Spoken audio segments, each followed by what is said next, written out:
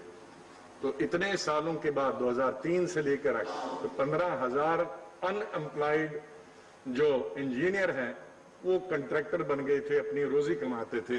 लेकिन 4 दिन पहले सरकार ने उन तमाम सेल्फ हेल्प ग्रुप से चलिए नाज़रीन, जैसा कि आप जानते हैं कि आज राज्यसभा की कार्रवाई शुरू हुई और कार्रवाई शुरू होते ही कांग्रेस के सीनियर लीडर आनंद शर्मा ने भी कई सवालात उठाए और उन्होंने लॉकडाउन को लेकर जो सूरत हाल बनी है, चाहे बिजनेस सेक्टर को नुकसान हुआ है, आम लोगों को किस तरह की मुश्किलात झेलनी पड़ी है और सरकार को हासिल क्या हुआ है और आइंदा क्या लाहेअमल रहेगा, उस पर आनंद शर्मा ने बात की। आइए उनकी तकरीर का ये हिस्सा आप तक पहुँचाते हैं। 37 लाख लोग मर जाते या 37,000 या 78,000, ये कहां से आया?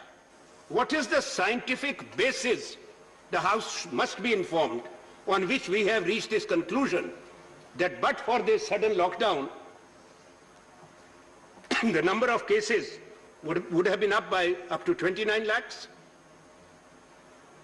I would like to point out that the day the lockdown was imposed, using the emergency provisions under the NDMA Act, Epidemics Act played a side role in this. That day, we had 600 cases in India. As we are discussing this subject, there are 50 lakh cases, 5 million cases in India, and almost 82,000 deaths. This is the true picture. This also highlights the gravity of the challenge which the humanity faces until what people say a herd immunity, which took 2 years in the case of Spanish flu, or an effective and safe vaccine is found. Until then, we'll continue to be challenged. We as India, our people, our society, and for that matter, the entire world.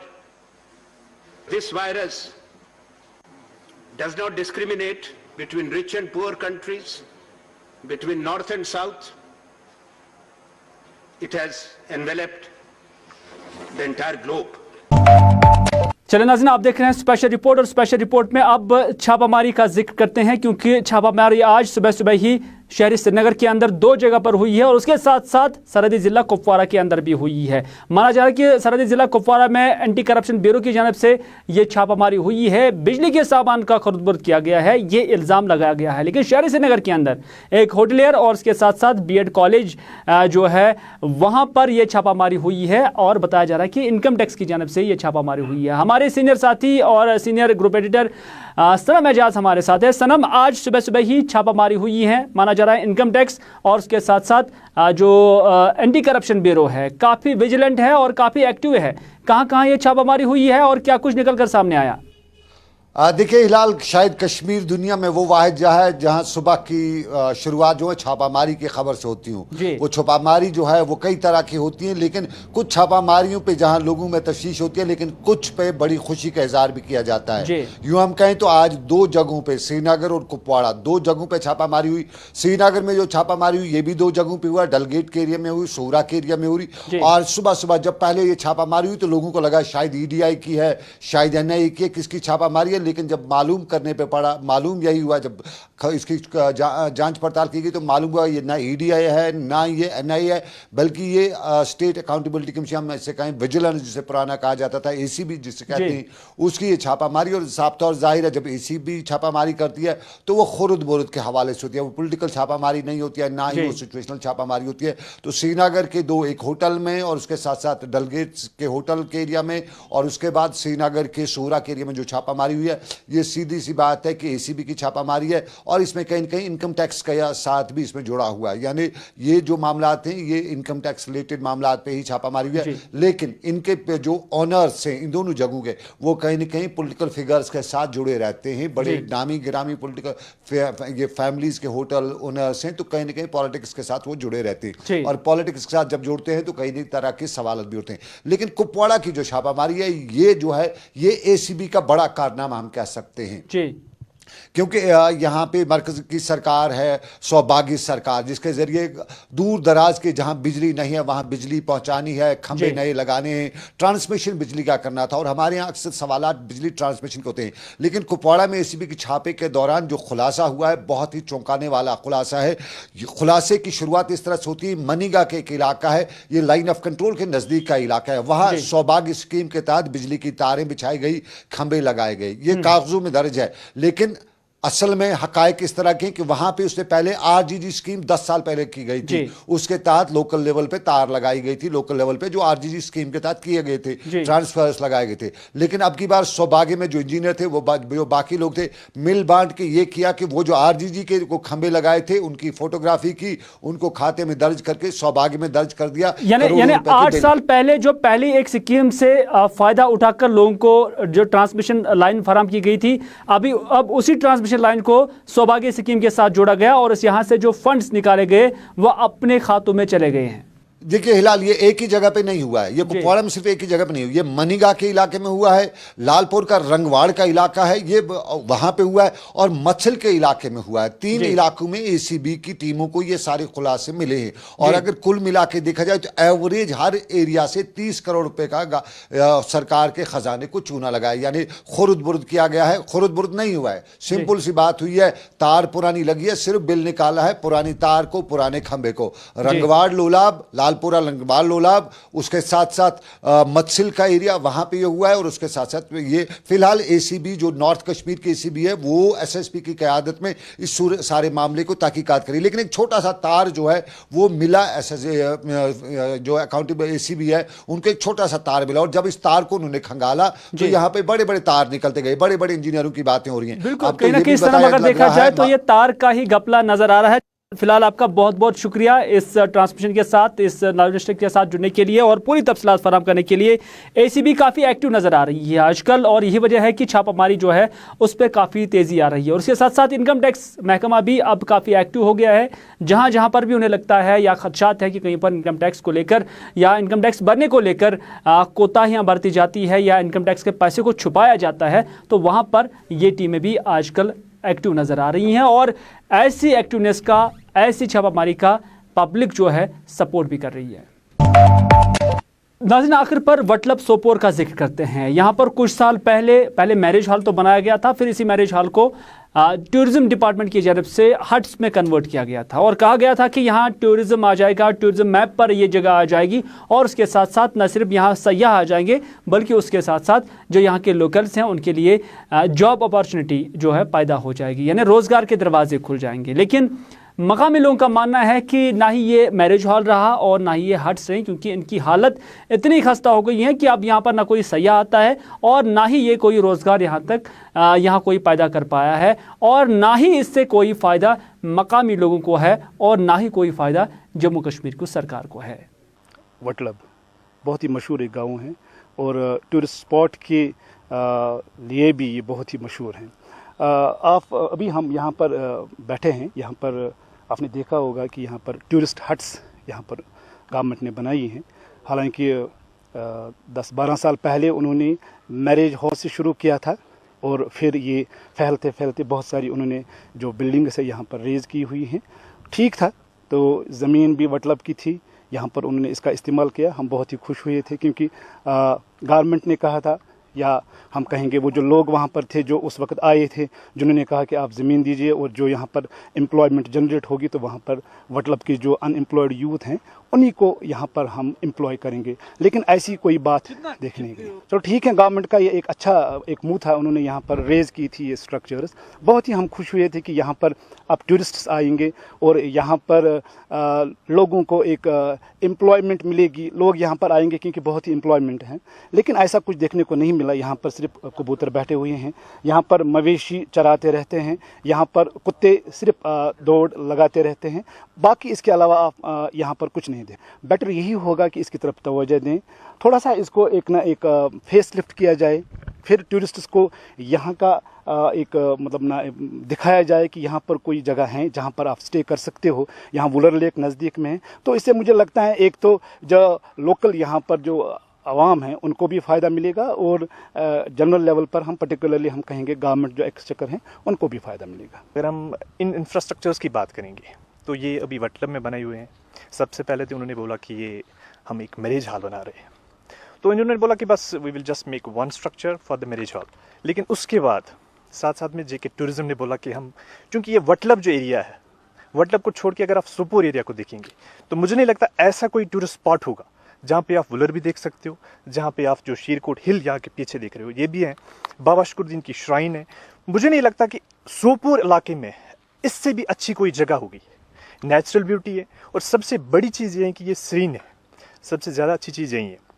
तो इन्होंने ये एक अपना एक objective बनाया कि हम यहाँ पे टूरिस्ट स्पॉट बनाएंगे, टूरिस्ट हब बनाएंगे, लेकिन मुझे नहीं लग रहा कि वो इस अपने ऑब्जेक्टिव को फुलफिल कर सके, क्योंकि इन्होंने यहाँ पे इंफ्रास्ट्रक्चर बनाया, यहाँ पे 50 करोड़ 40 करोड़ जितना भी लगाया, इन्वेस्ट किया, लेकिन उसके बाद उस इन्वेस्टमेंट को इन्होंने एक रूप नहीं दिया, इन्होंने इसको फेस नहीं दिया, लोगों के सामने नहीं लाया।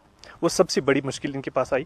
तो सबसे पहले अगर हम इसकी रोड की बात करेंगे तो इसके पास रोड ही नहीं है। अगर इन्होंने यहाँ पे इंफ्रास्ट्रक्चर में 40 करोड़ या 50 करोड़ लगाए तो अगर 1 करोड़ रुपीज़ इसके रोड के लिए लगाते, मुझे नहीं लगता एटलीस्ट साइकिल वाला यहाँ पे आ जाता, वो भी नहीं है। तो किस लिए बनाया है?